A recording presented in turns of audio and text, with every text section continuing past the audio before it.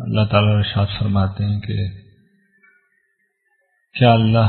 اپنے بندے کے لیے کافی نہیں ہے، اور یہ لوگ تمہیں اللہ کے سوا جن دوسری ہستیوں کو معبود سمجھتے ہیں ان سے ڈرا رہے ہیں۔ یہ اس زمانے میں جو کشمکش تھی کفار کے بیچ میں اور رسول اللہ صلی اللہ علیہ وسلم کے درمیان، اس کی طرف ایک اشارہ ہے کہ جب رسول اللہ صلی اللہ علیہ وسلم بتاتے تھے کہ ان بتوں کی کوئی حیثیت نہیں ہے، تو وہ پھر کہتے تھے کہ یہ بڑی عظیم و بزرگ ہستیاں ہیں، تم انہیں برا بھلا کہہ رہے ہو، اور ان کی جو بد دعا ہے یا ان کی مار ہے وہ تمہیں پڑے گی، اور ان کی گستاخی کر کے ان کے حضور میں تم بچ نہیں سکو گے۔ تو یہ اس کا جواب دیا گیا ہے۔ اور پھر مزید کہا گیا ہے کہ ان سے کہہ دیں کہ میرے لیے تو اللہ ہی کافی ہے، اور اسی پہ توکل کرنے والوں کو توکل کرنا چاہیے۔ اللہ کے لیے رسول اللہ صلی اللہ علیہ وسلم کر رہے تھے، اور اس میں کوئی شک ہی نہیں ہے کہ اللہ آپ کی محافظت کرنے والا تھا۔ اس کے بعد ان لوگوں کے ایک جو بنیادی مسئلہ تھا اس پہ اللہ تعالیٰ گفتگو کر رہے ہیں۔ یہ جن بتوں کی پرستش کرتے تھے، ہم دیکھ چکے ہیں کہ فرشتے ان کے خیال میں تھے، جو ان کا گمان یہ تھا کہ اللہ کی بیٹیاں ہیں، لیکن پرستش کرنے اور عبادت کرنے کا جو اصل فائدہ ان کی نظر میں تھا وہ یہ تھا کہ اللہ کا تقرب حاصل ہوگا اس دنیا میں، اور قیامت کے دن یہ اللہ کے حضور ہمیں اس کی ہر پکڑ سے بچا لیں گے۔ تو اب یہ اللہ تعالیٰ اس کا جواب دے رہے ہیں کہ انہوں نے اللہ کے سوا جو اپنے سفارشی گھڑ رکھے ہیں، تو ان کا کیا خیال ہے ان کے متعلق۔ اور یہ جو دو تین باتیں اب اللہ تعالیٰ یہاں پہ کہہ رہے ہیں، یہ بنیادی سوالات ہیں جو اللہ تعالیٰ نے اس زمن میں اٹھائے ہیں، یہاں بھی قرآن کریم میں دیگر مقامات پر۔ سفارش دیکھیے کب کی جاتی ہے اور کب مؤثر ہو جاتی ہے، یہ اصل بات ہے۔ سب سے پہلی چیز جو یہاں بیان کی گئی ہے کہ اس کو ایک مثال سے سمجھیے کہ ایک قضیہ آپ کے پاس آیا ہے، آپ کو کسی معاملے میں فیصلہ کرنا ہے، اور سفارش آپ کے پاس آئی ہے کسی سپیریئر اتھارٹی سے، آپ افسر ہیں، آپ سے بڑے افسر نے کوئی بات کہہ دی ہے، آپ مجبور ہو جائیں گے، کوئی چوائس ہی نہیں ہے آپ کے پاس۔ تو یہ پہلی بات اللہ تعالیٰ کہہ رہے ہیں کہ جن کو تم سفارشی بنا کے لائے ہو ان کی کوئی ملکیت بھی دکھا سکتے ہو، کچھ ان کے ہاتھ میں بھی ہے، طاقت بھی ہے، ظاہر ہے کہ اللہ کے مقابلے میں کسی کا کوئی اختیار نہیں ہے۔ تو ایک سفارش کے مؤثر ہونے کی شکل یہ ہے کہ اللہ کے مقابلے میں کسی کا کچھ اختیار ہے، اور کوئی سپیریئر اتھارٹی بھی موجود ہے اللہ تعالیٰ سے جو اسے مجبور کر سکتی ہے۔ تو کیا ایسی بات ہے؟ دوسری بات یہ ہو سکتی ہے کہ ہم جب فیصلہ کرتے ہیں تو کوئی معاملہ ہمارے پاس ہوتا ہے، تو ہمیں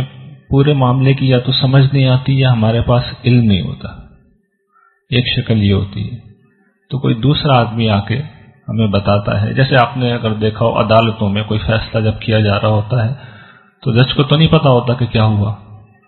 اس کو تو وکیل بتائیں گے، اس کو تو گواہ کے بتائیں گے کہ بھئی یہ بات یوں نہیں یوں تھی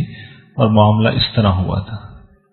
ایک شکل یہ ہو سکتی ہے، اس کا بھی یہاں جواب دیا جا رہا ہے کہ کیا وہ عقل و فہم میں زیادہ ہے۔ دوسری جگہ پہ اس کو واضح کر دیا گیا، آیت الکرسی تو سب کو یاد ہوگی، اس میں تو اللہ تعالیٰ نے بتا بھی دیا کہ اللہ ہی ہے جو جانتا ہے لوگوں کے آگے ہے جو پیچھے، یعلم ما بین ایدیہم وما خلفہم۔ تو کیا کوئی قیامت کے دن اللہ تعالیٰ کو یہ بتائے گا کہ آپ کو نہیں معلوم، میں آپ کو بتاتا ہوں صحیح بات کیا تھی، یا آپ معاملے کو نہیں سمجھ سکے؟ ان دونوں چیزوں کی یہاں نفی کی ہے۔ دیگر مقامات پر جو ایک دو ایلیمنٹ اور ہوتے ہیں ان کی بھی نفی کی ہے۔ وہ کیا کہ جو فیصلہ کرنے والا ہے وہ شاید زیادہ انصاف پر مبنی فیصلہ نہ کرے، یا ہو سکتا ہے اس کو زیادہ تعلق نہ ہو، تو جس کو زیادہ تعلق ہے وہ آ کے بیچ میں مداخلت کرے۔ گھروں میں باپ ناراض ہو رہے ہوتے ہیں تو اکثر مائیں آ کے مداخلت کرتی ہیں، بچوں کو بچاتی ہیں۔ تو اس پہ اللہ تعالیٰ نے واضح کر دیا کہ وہ الرحمن، سب سے بڑھ کر محبت کرنے والا ودود وہی ہے۔ کیا اللہ تعالیٰ سے زیادہ بھی کوئی محبت کر سکتا ہے اپنے بندوں سے؟ یا اللہ تعالیٰ معاذ اللہ کوئی عدل کے خلاف فیصلہ کریں گے جو اسے کوئی آ کے بتائے گا کہ عدل یہ ہوتا ہے؟